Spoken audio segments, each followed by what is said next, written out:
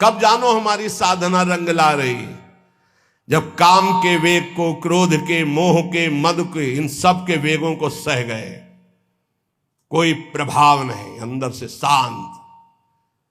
किसी से कहना मत, क्योंकि कहने से सत्ता दृढ़ होती है। अंदर जो विकार आते हैं किसी से मत कहो, कोई भी क्रिया मत करो, शांत उस समय नाम जप करो, देखो अपने आप सब नष्ट हो जाएंगे। और नष्ट आपको नहीं करना, कोई है आपका जो आप पर नजर रख रहा है। कोई आक्रमण आपको परास्त तब तक नहीं कर सकता जब तक आप आज्ञा का उल्लंघन नहीं करेंगे। आप अपने हाथ से कोई क्रिया नहीं करेंगे, आप कोई गंदे दृश्य नहीं देखेंगे, तब तक किसी की ताकत नहीं कि आपको भ्रष्ट कर सके। ध्यान रखना, क्योंकि आप गुरु कृपा कवच में हैं। जब आप आज्ञा उल्लंघन कर देंगे तो फिर लक्ष्मण रेखा पार हो गया, फिर आपको दंड भोगना पड़ेगा। लोभ मोह परद्रोह दोष दुख कलि कुचाल, ये सब तरसें लागे, अर्थात वो चाहते हैं कि मैं इसको अपने अधीन करूं, पर हिम्मत नहीं कि छू सके। किसको? जिसकी जिह्वा पे राधा राधा नाम और हृदय में गुरु कृपा का अनुभव शुरू हो गया है। इंद्रिय दमन, ये पहचान है साधुता की, नहीं तो फिर नाटक है, पाखंड है, दंभ है।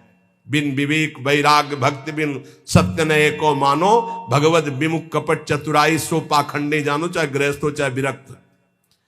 अगर इंद्रियां संयम में नहीं है, मनमानी विकार भोगे जा रहे हैं, तो नौटंकी नाटक भले हो सकता है, वो गृहस्थ उपासक है ना, वो विरक्त उपासक है।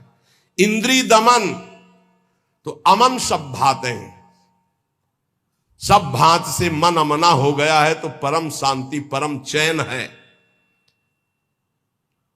क्षमाशील संतोष सुराई शांति सहज सुख सरसें लागे। उपासक के अंदर क्षमा बढ़ने लगा, चाहे जितना कोई अनिष्ट करे, कभी द्वेष हो ही नहीं सकता, कभी उसको साप दे ही नहीं सकता, कभी उसका मंगल नहीं कर सकता, जिसके ऊपर राधा नाम की कृपा हो गई है।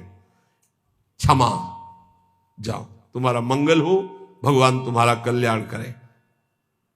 संतोष, किसी भी परिस्थिति में शोक नहीं होगा, जैसे प्रभु रख रहे, बड़ी कृपा है। शांति, कोई भी द्वंद्व से अशांत नहीं कह सकता। सहज सुख सरसें लागे, सहज सुख आत्म सुख है, आत्म सुख का रसास्वादन होने लगा।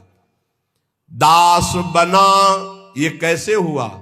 नाम जपी, पहले दास शब्द है, आश्रय। बहुत जोर की बात हमारे हृदय में बार बार उठती कि ये लोग समझ जाएं कि भगवत प्राप्ति आश्रय से होती, आश्रय से, दृढ़ आश्रय। दास बना पहले, जप नाम दूसरा। बिगड़ी जन्म अनेक की अवै सुधरे, आज हो ही राम को पहले, फिर नाम जप दूसरा, फिर तज कुसुमाज तीसरा। और यहां से शुरू किया जाता है सब उपदेश। पहले विकार त्यागो, फिर नाम जप करो, फिर भगवान की शरण में हो। ऐसा नहीं होता, पहले भगवान की शरण में हो, नाम जप करो, तुम्हें बल मिलेगा, विकार छूट जाएंगे। उपजा मुक्ति, मुक्त पद, बहुत सुंदर महात्माओं के वचन है। पहले भगवत दासत्व आश्रय, खूब नाम जप, तो बोले मोक्ष पदवी हृदय में ही प्रकाशित हो गई। ये मोक्ष पदवी क्या है? इसकी पहचान क्या है कि आप मुक्त हो गए हो। शत्रु मित्र समजान मान मान अपमान सम दुख सुख लाभ नहान या जो कृपा हरिवन, ये मुक्त पुरुष का लक्षण है। चाहे शत्रु हो उसके साथ व्यवहार कर रहा हो, या मित्र हो, दोनों में समान भाव, मान और अपमान में समान भाव, सुख दुख में समान भाव, लाभ हानि में समान भाव, जय पराजय में समान भाव। ये जिसके हृदय में आ गया वो मुक्त हो चुका है। गीता जी में भगवान ने कहा, निर्माण अमोहाजित संग दोषाध्यात्म नित्या विनिवृत्त कामा द्वंद्वेर विमुक्ता सुख दुख संगई गच्छन्त अमूढ़ा। ऐसा अमूढ़ अव्यय पद का अधिकारी महापुरुष मुक्त पद में विराजमान कौन है? बोले जो मान रहित हो चुका है। मान बिल्कुल उसके हृदय में प्रियता पैदा नहीं कर पा रहा, और अपमान बिल्कुल दुख नहीं पैदा कर पा रहा। अमोहा, न अपने शरीर से मोह है, न किसी के शरीर से मोह है। ये मुक्त पुरुष का लक्षण है। जित संग दोषा, चाहे जितने भोगों के बीच में उसका मन भोगने के लिए चलेगा ही नहीं, वो जीवन मुक्त पुरुष है। जित संग दोषा, अध्यात्म नित्या, निरंतर आत्मस्वरूप में स्थित, विनिवृत्त कामा, समस्त कामनाएं निवृत्त हो चुकी है। द्वंद्व में मुक्ता, हर द्वंद्व से वो मुक्त हो चुका है। मान अपमान, सुख दुख, लाभ हानि, चिंता शोक भय मृत्यु, सबसे सुख दुख संगय, सुख और दुख में समान भाव। ऐसा महापुरुष, परम ज्ञानी महात्मा, वो जीवन मुक्त है। वो यहां कह रहे हैं, दास बना पहुंचे मुकाम जे, आंखें कहत हवाला। साधु की पहचान चिकने गाल से नहीं, साधु की पहचान उसके नेत्र से होती है, सिर्फ नेत्र से। ऐसे तो मांस मछली खाने वाले के भी गाल चमकते देखे हैं कि वो बहुत ही चिकन, तो चिकनाहट को थोड़ी साधुता है, वो तो घी दूध से चिकनाहट आ जाती है। अच्छा खाओ पियो तो मांस चढ़ेगा, चिकना हो जाएगा शरीर। बोले बहुत चमक रहा है चेहरा, तो हम आपको दिखाएं कि विषयी पुरुष हो, चेहरा चमक रहा है, वो भजनानंदी है क्या? नहीं, वो खान पान का है चेहरा। दास बना पहुंचे मुकाम, तो आंखें कहत हवाला। अच्युत मुनि के आश्रम में जी उड़िया बाबा पहुंचे, गंगा के किनारे है, तो देखा, जे दृष्टि दे, अरे अपने शिष्यों से कहा दौड़ो, ब्रह्मबोध संपन्न महापुरुष पधार रहे हैं। दृष्टि में पता चल, बोले दास बना पहुंचे मुकाम जे, तो आंखें कहत हवाला। आंखें परिचय बता देती है कि ये किस कोटि का महात्मा है। जीवन मुक्त है या प्रपंची है या विषयी है या साधक है या साधना की किस स्थिति में है, पहुंचा हुआ महापुरुष के नेत्र बताते हैं। दास बना पहुंचे मुकाम जे, आंखें कहत हवाला। जे दृष्टि में दृष्टि ऐसे मिली तो पता चल जाता है कि किस कोटि की स्थिति है। अब बता रहे हैं कि दो प्रकार की आंखें होती है सिद्धों की। एक होती है जो ज्ञान सिद्ध होता है, करुणा और मैत्री, ये दो आंखों में नहीं होंगी। करुणा और मैत्री नहीं हो, क्योंकि वो निर्मम निरहंकार अद्वितीय स्थिति को प्राप्त महापुरुष बिल्कुल शुष्क शुष्क काष्ठवत हृदय, ना दया ना करुणा ना मैत्री ना द्वैत। जब अपने सिवा है नहीं कोई, तो आप उनकी दृष्टि में देखोगे तो ना हिलन ना डुलन, और नेत्र के आसपास की सारी पुतली साफ एकदम श्वेत, वो ब्रह्माकार वृत्ति के नेत्र होते हैं। रुद्रवत एकदम दृष्टि उनकी, और बिना चंचलता रहे, बार बार ऐसे नहीं, खुले हो एकदम अलक्ष श्वेत पुत्री, सिंहवत दृष्टि। और दूसरे होते प्रेमियों के, नशा ललाई, जैसे भांग छाने हो या कोई नशा करे हो तो लाल आंख नहीं हो जाते, ऐसे लाल आंख होती है प्रेमियों की, क्योंकि प्रायः वो रुदन करते हैं, तो आंखें सूजी हुई या आंखों के नीचे लालिमा, थकित पूतरी, वो एक विचित्र दशा होती है। बड़े ही सरस, बड़े ही व्याकुल, बड़े ही थकित नेत्र, पलक न लागत हाला, अपलक दृष्टि उनकी भी रहती है। ज्ञानी की दृष्टि भी ऐसी होती है, प्रेमी की दृष्टि होती है, पर दोनों में अंतर होता है। एक एकदम काष्ठवत शुष्क, मतलब वो शब्द अशुद्ध होगा, उदाहरण नहीं दिया जा सकता, जैसे खुली हुई मुर्दे की आंख, कोई हलन डुलन चलन कुछ नहीं। कई बार उड़िया बाबा को बाहरी लोगों ने समझा कि पधार गए हैं, ऐसी दृष्टि बस कुछ नहीं। और प्रेमी जनों की दृष्टि, नशा ललाई, थकित पूतरी, पलक न लागत हाला। मतलब नेत्र ऐसे कि देखो तो आसक्त हो जाओ, बड़े सरस, बड़े प्रेमी, बड़े थकित, और हल्की सी लालिमा नेत्रों में छाई हुई है, सुरंग नेत्र हैं और घूर्णित नेत्र हैं। प्रेमी जनों के घूर्णित नेत्र हैं। जैसे नशा ललाई का तात्पर्य यही है। थोड़ी थोड़ी देर में ऐसे आपको लगेगा कोई नशा खाए है क्या ये, उनके नेत्र, क्योंकि प्रिया प्रीतम के उस प्रेम रसाशों में उनके नेत्र झूमते हैं। अलसाने से रहित हमेशा हरिजस सुनि दृग नीरा। थोड़ी सी प्रभु की बात सुने के आंखों से आंसू की धारा बहने लगी और अलसाने से रहते हैं, न सोना न जागना। अखियां रूप के रंग रंगी, निरखी स्वरूप कुंवरी राधे को, याही माही पगी। ये अखियां रूप के रंग रंगी, न सोई न जगी। प्रियाजू के रूप रस में हर समय अलसाई हुई, एक जैसे कोई नशा किए हो ऐसे उस नशे में। ढरक चलत कबही भरियावत पुलकावली शरीरा, गदगद गर चित शांति थका मन, तनहु थका दर्शाई। ज्ञान विराग भक्ति से पूरे, जगत न सकत समाई। ऐसे प्रेमी जनों के नेत्र जहां जगत का प्रवेश ही नहीं है, हृदय कंठ गदगद हो जाता है, चित्त शांत है, मन अचंचल है, तन एकदम थकित शिथिल भाव में डूबे हुए। बोले ऐसे जो महापुरुष होते हैं तो दास बना पहुंचे मुकाम जे आंखें करत हवाला। ऐसों के नेत्र बताते हैं कि मुकाम में पहुंचे हुए ये जन है। श्री भगवान जगत गुरु श्री कृष्णचंद्र जी कह रहे हैं जो पहुंचे हुए महापुरुष है वो शरीर को अपने वश में किए होते हैं। यही सबसे बड़ी चूक हो रही है। ये बहुत बड़ी चूक है जो हमारी निंदा का कारण बनती है।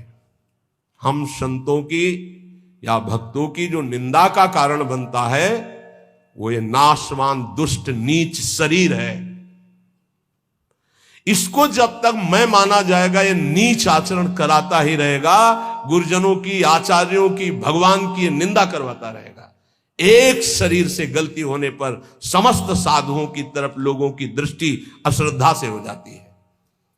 इसीलिए हमें लगता है कि अगर साधु बने तो मर के बने, उन्हें घर गृहस्थी में ब्याह करके अच्छा है, जीवन धर्म पूर्वक व्यतीत करे, अधर्म आचरण न करे। बहुत बड़ी त्रुटि समझो, एक गलती से लाखों लोगों की श्रद्धा संतों के प्रति नष्ट हो जाती है। भगवान कह रहे सिद्ध पुरुष के लिए कैसा होता है, निराशीरियत चित्तात्मा त्यक्त सर्व परिग्रहा, शारीरम केवलम कर्म कुर्वन्नाप्नोति किल विषम। यत चित्तात्मा, जिसने अपने शरीर को अधीन कर लिया। ये प्रार्थना है सब साधकों से,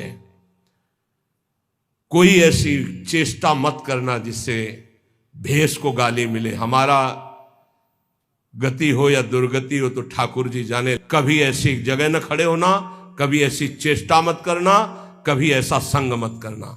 ये ध्यान रखो कि तुम्हारे से एक बहुत बड़ी धारा जुड़ी हुई है। तुम्हारे गुरु, गुरु के गुरु, गुरु के गुरु, आचार्य, इष्ट, पूरा एक आपकी गलती पूरे को गालियां दिलवा सकती, पूरे विश्व के संतों के प्रति अश्रद्धा हो सकती। इसलिए सावधान। जिंदगी में हम नीच हैं, पामर हैं, हमारी गति हो दुर्गति हो भगवान जाने। हमसे ऐसा आचरण न बन जाए कि हमारे गुरुजनों को गाली मिले। उन्होंने कोई हमारे साथ धोखा दगा नहीं किया, मंत्र दिया, उपासना दिया, वेश दिया, तो आचार्य और गुरु और इष्ट इनको गाली न पड़े, हर समय सोचना चाहिए। ये शरीर को जब तक जीतोगे नहीं तब तक गलती हो ही जाएगी, चाहे कसम खा लो, चाहे जो कुछ कर लो। इस दुष्ट शरीर को जीतना चाहिए। बात ध्यान से समझना, ये बहुत दुष्ट है। जीवन हो जा रहा खवाए खवाए खवाए खवाए, अब घाया नहीं आज तक। जीवन हो गया दिखा दिखा करके दुनिया को, आंखें नहीं भरी, कान नहीं भरे। ये वही दुष्टता, अपनी चाल, ये देखना, ये सुनना, ये भोगना। यह चित्तात्मा, सांसारिक आशाएं और इच्छाएं जब तक हैं शरीर को वश में नहीं कर सकते। साधु के वैराग्य मार्ग में या भगवत भक्त होकर के चेहरा बनाने की जरूरत नहीं है, स्वरूप बनाने की जरूरत। स्वरूप को प्रकाशित करो, पूरा विश्व नमन करेगा। चेहरा तो नौटंकी नाटक वाले बनाते हैं, जब थोड़ी देर के लिए साधु बनते हैं वो बनाते हैं, जिससे पूरा साधुता का हम रोल कर सके। हम रोल नहीं करते, हम उस मार्ग में चलने वाले पथिक हैं। साधुता का रोल 2 घंटा कोई कर सकता है, लेकिन जीवन भर साधु बन के रहना वो बहुत कठिन बात है। इसलिए ये नहीं, हम भगवत मार्ग के पथिक, हमारा कोई भी बाहरी शारीरिक नाटक ऐसा नहीं होना चाहिए जो धर्म विरुद्ध हो। बिल्कुल समझ के चलना चाहिए। आज आचार्यों गुरुजनों के चरणों में बैठ करके साधुता का भाव नहीं,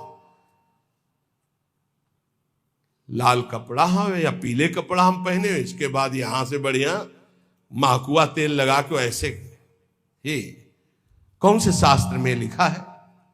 तुम्हारी कौन सी परिपाटी, कौन सा भेष ऐसा है? बिल्कुल नहीं। आज कोई टोकने वाला नहीं, इसीलिए बहुत से बिना गुरु प्रदत्त वेश धारण किए और वो मनमानी आचरण करते हो, कहा जाता साधु। पहने पैजामा कुर्ता कहा जाता साधु। साधु पैंट शर्ट पहने कहा जाता साधु। बड़ा बड़ा टाइटल लिखा जाता है। अब उनके जब आचरण होते तो बोले अमुक संत भ्रष्ट हो गया।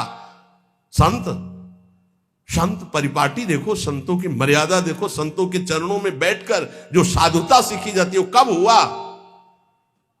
इसलिए यत चित्तात्मा भगवान कह रहे हैं, यत चित्तात्मा। बहुत अच्छे से समझ लो, संसार में जब तक शरीर के भोगने की कोई भी आशा रहेगी तो साधुता नहीं टिक पाएगी। बहुत इसे धैर्यपूर्वक, सांसारिक इच्छा, सांसारिक भोगों की चाह, इससे तुम्हारा शरीर अपवित्र हो जाएगा। तुम्हारे द्वारा ऐसे आचरण होंगे जिससे तुम्हारी साधुता नष्ट हो जाएगी। शरीर और इंद्रिय और मन के वशीभूत होकर के जो आचरण किया जाता है वो निश्चित अपवित्र है और वो अधर्म होगा और वो गालियां दिलवाने वाला ही होगा। श्रद्धा उपजाना बहुत कठिन होता है भाई, बहुत कठिन होता है। नास्तिक के हृदय में श्रद्धा प्रकट करना, विषयी पुरुष के हृदय में श्रद्धा प्रकट करना और नष्ट करना एक क्षण की बात होती है। जन्म जन्मांतरों की सुकृति एकत्रित होने पर श्रद्धा होती है और एक चेष्टा पूरी लाखों की श्रद्धा नष्ट कर देगी। लाखों का मंगल करने का पाप लगेगा उसको और वो दुर्गति को प्राप्त होगा। इसलिए साधु वेश में बहुत होश में, ये कोई खिलवाड़ नहीं है। ऐसे लोग करते तो खिलवाड़ नहीं, सारी जिम्मेवारी है आपकी। ऐसे कर दिया तो जिम्मेवारी, उनकी श्रद्धा की रक्षा करना तुम्हारा कर्तव्य बन गया। उनके कल्याण की तरफ तुम्हारी दृष्टि जानी चाहिए। ऐसा कोई ये नहीं कि तुम स्वामी बन गए तो जो मनावे सो आचरण करो, ऐसा नहीं है। शरीर इंद्रियां अंतःकरण सिद्ध पुरुष के वश में होता है। साधक को चाहिए कि इनके वश में होकर कोई कार्य ना करे। तुम अकेले नहीं हो, तुम्हारे साथ बहुतों की निंदा होगी या बहुतों की प्रशंसा होगी, ये बात ध्यान रखना है। केवल अपना जीवन होता तो कोई बात नहीं है, गलती हो गई, त्रुटि हो गई या पिट गए या जो भी हो गया सब हो गया। आज तुम नहीं हो, तुम्हारे साथ बहुत जुड़े हुए हैं, तुम्हारे गुरु, तुम्हारे आचार्य, तुम्हारे इष्ट और लाखों श्रद्धा। अगर एक भी त्रुटि तो लाखों की श्रद्धा और पूज्य जनों का अपमान घोर नरक पहुंचा देगा, दुर्गति करवा देगा। त्यक्त सर्व परिग्रहा, जो सिद्ध पुरुष होता है उस शरीर को ही अपना नहीं मानता तो और परिग्रह की बात क्या है। सब सन्यासी हो जो भगवत मार्ग के पथिक हैं, ये तो सर्वाणि कर्माणि मयि सन्न्यस्य मत्पराहा, सारे कर्म भगवान को अर्पित करके जो भगवान के परायण है, चाहे गृहस्थ हो चाहे विरक्त हो, वो सन्यासी है। जो मन का निसंकल्प और वाणी का मौन दंड और शरीर का निष्कर्म संयम पूर्वक, अगर ये दंड नहीं तो किस बात का सन्यासी। भगवान ने एकादश स्कंद में कहा है, वाणी का मौन, मन का निसंकल्प और शरीर का निष्क्रिय, ये सन्यास धर्म का स्वरूप है। तो निष्क्रिय 2 प्रकार से होता है, एक जो कर्म का त्यागी होता है, एक होता है कर्म समर्पण करने वाला। भक्त कर्म समर्पण करने वाला सन्यासी होता है। ये तो सर्वाणि कर्माणि मयि सन्न्यस्य मत्पराहा। सब प्रकार के भोग संग्रह सामग्री का अपनापन भाव ना रखना, चाहे गृहस्थी में हो चाहे विरक्ति में हो। गृहस्थी में तो नाथ सकल संपदा तुम्हारी, मैं सेवक समेत सुतनारी। विरक्ति में तो जो हमारे पास मिला है वो साधु सेवा, भगवत सेवा के लिए मिला हुआ भगवत प्रदत्त वस्तु है, अपना अधिकार नहीं, अपने नौकर है, सेवक है, सिर्फ सेवा। अगर अपने सुख के लिए किसी सामग्री का संग्रह कर लिया जाए, अपने भोग की बात वस्तु मान ली जाए, तो वो उसी की दुर्गति कर देगी, ध्यान रखना। और प्रायः गलती हो जाती है, ऐसे नहीं कोई नजर आएगा। जब कष्ट सह रहा होगा साधक तब कोई नजर नहीं आएगा, और जब उसके पास वो वैभव एकत्रित हो जाएगा तो आ जाएंगे। कौन हो आप? तुम्हारे मामा पहचाने नहीं? अभी तक मामा कहां थे तुम भाई? अभी तक कहां? बचना, हम जो प्रार्थना करें उसको अंदर से समझना। जहां मकान बना, जहां वैभव एकत्रित हुआ, तो पूर्व जीवन के रिश्ते नाते संबंधी आके और वहां का अधिकार जताते हैं, और वहां के फिर संबंधी अपना संबंध स्थापित करके उसके अधिकारी बनते हैं, और फिर जिनके लिए आया था फिर उनकी दुर्गति होती है, भी ध्यान रखना।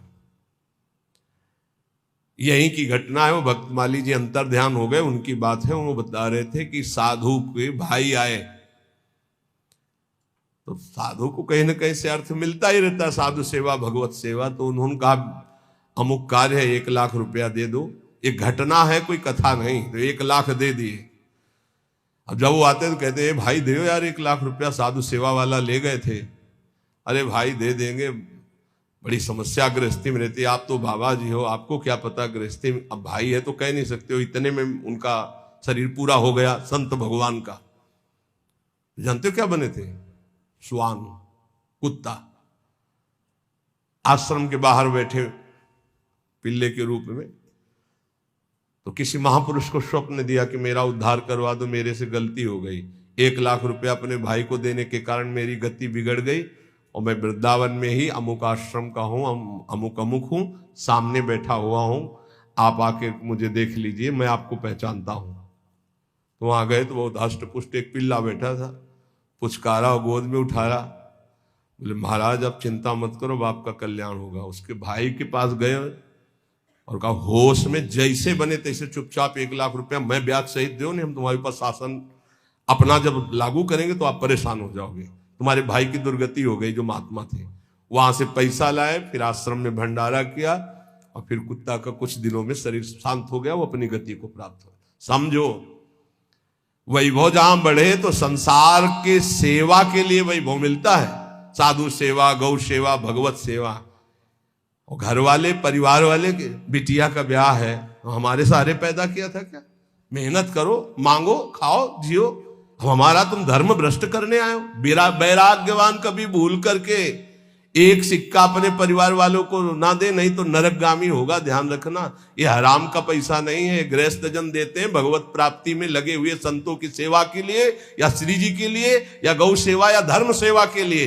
परिवार सेवा के लिए कोई कह के दे तो बात अलग है, कौन देता है परिवार सेवा की? इसलिए किसी भी सामग्री को अपनी ना मानना, त्यक्त सर्व परिग्रह, ये भगवान का आदेश है। सिद्ध पुरुष में ऐसा नहीं होता, वो अपना न शरीर ही मानता है, न कोई वस्तु मानता है। लेकिन साधक के बात ध्यान रखे, उसके पास जो भी भगवत प्रेरित सामग्री आई है वो अपने लिए नहीं, सेवा के लिए आई है। ठाकुर सेवा, संत सेवा, भगवत सेवा, समाज सेवा। जो भोग बुद्धि से अपने लिए संग्रह करता है उसकी बुद्धि भ्रष्ट हो जाती है और वो पतित हो जाता है। बस ये बात है, अपने लिए नहीं। बहुत जोर का भगवान ने त्यक्त स्वर परिग्रह का भाव बताया है कि सिद्ध का यही लक्षण होता है। और ऐसे महापुरुषों के दर्शन किए प्रयागराज में, टाट की लंगोटी और एक बोरे का टाट ऐसे उड़े हुए, और ट्रक का ट्रक घी और चीनी और मैदा उतरता, ऐसे भंडारे चलते, पूछो मत। जो उनके भगत थे सबके चरण धोना, सबको नम्रता पूर्वक भगवान की तरह बैठाना और खूब प्यार से पवाना। और जो महात्मा जी थे वहां के, एक टाट और पट्टा ऐसे टाट का ऐसे उड़े हुए, और ऐसे ही रेती पे लेटना, ऐसे झोपड़ी बनी हुई थी उनकी, उसमें लेटना। और अरे वैभव की भीड़ लगी हुई थी, और आप जब सब संत पा लेते थे तो सब संतों की जूठन जो बचती उसी में एक दो और मिलाकर, क्या जीवन उनका, कोई संगय प्रयोग, वैभव तो पूछो मत। कोई दिन ऐसा नहीं होता था कि 2-4 हजार रुपए एक संत को दक्षिणा में ना मिले। एक से एक कंबल, एक से एक सब। पर देने वाले जब ऐसे, तो वहां त्यागी ही त्यागी ज्यादा थे। देने वाले परेशान थे कि यहां कोई लेता नहीं है। और सामान की ऐसी, ये वास्तविक बात यही है कि स्वयं परिग्रह रहित होकर के समाज सेवा में। एक विरक्तानंद नाम के महापुरुष थे, उन्होंने कहा, स्वामी जी बहुत हो गया, बुढ़ापा है, आप इतना कष्ट सह रहे हो, क्यों सह रहे हो, अब तो आप वस्त्र धारण कर लो। वो वहीं पास में बैठे थे। तो उनका, तुमको मैं बूढ़ा नजर आ रहा हूं? ऐसे कहा, बूढ़ा नजर आ रहा हो? अभी चलो बराबर गंगा जी में खड़े होकर देख लो कौन बूढ़ा होगा। तितिक्षा की मूर्ति और मुस्कुराहट ऐसी, और त्वचा एकदम सांवली हो गई थी, प्रकृति का वार सहते हैं। और जब दृष्टि उठाए तो अमृत की वर्षा होती। ये संतों में एक अद्भुत, ऐसे दृष्टि से देखे तो अमृत की वर्षा होती, क्योंकि भगवदानंद में डूबे। अनिकेता, अनिकेत भगवान को बहुत प्रिय है। अनिकेत, जिसके रहने के वास में ममता नहीं है। अनिकेत का मतलब जिसके घर नहीं है, ऐसा नहीं। ये भी रहने का वास है और ये भी रहने का वास है, अपना नहीं है। बिल्कुल ऐसे समझो जैसे स्टेशन में रह रहे, गाड़ी आई चल दिए, स्टेशन में नहीं बैठे, खा रहे हैं, पी रहे हैं, बात कर रहे हैं, पढ़ रहे हैं, पर अंदर से क्या चल रहा है? हमारी गाड़ी आने वाली है, अमुक प्लेटफार्म में आएगी, वही इंतजार कर रहे हैं। बस हम मानो वृंदावन राधा के निकुंज प्लेटफार्म में बैठे हुए हैं, हमारी गाड़ी निकुंज वाली आने वाली है, बिल्कुल तैयारी में बैठे हैं। अपनी अटैची फिट है राधा नाम की, वो पास बना हुआ है निज मंत्र निकुंज का, बस आवे गाड़ी और चल दिए। राधे श्याम भी कहने की फुर्सत नहीं इस गाड़ी में, इतनी रफ्तार की गाड़ी है कि अच्छा भैया ऐसे नहीं है, बस चल दिए। बस ऐसी तैयारी में रहो। यहां राधा के कुंज में कैसे रहना है? स्टेशन में जैसे रहना है।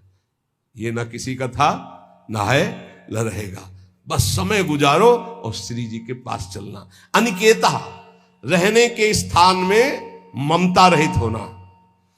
निराशी, सिद्ध पुरुष में कोई आशा नहीं होती, और साधक को आशा, कामना, स्पृहा और वासना, इसका त्याग करना पड़ता है। आशा किसी से नहीं, कामना कोई नहीं, स्पृहा कहते हैं कि कम से कम इतना तो चाहिए ही, ये भी नहीं, और वासना जो अंदर अंतःकरण में दबी होती है, इन सबको सहना है, सहने से ही मिटता है। बोले इतनी व्यवस्था तो होनी चाहिए। क्यों होनी चाहिए? हरि की इच्छा है कि इतनी भी ना हो तो हम उसमें राजी हैं। जोई जोई प्यारो करे सोई मोई भावे। हमें लगता है 25 वर्ष तो कुल्ला नहीं किया होगा।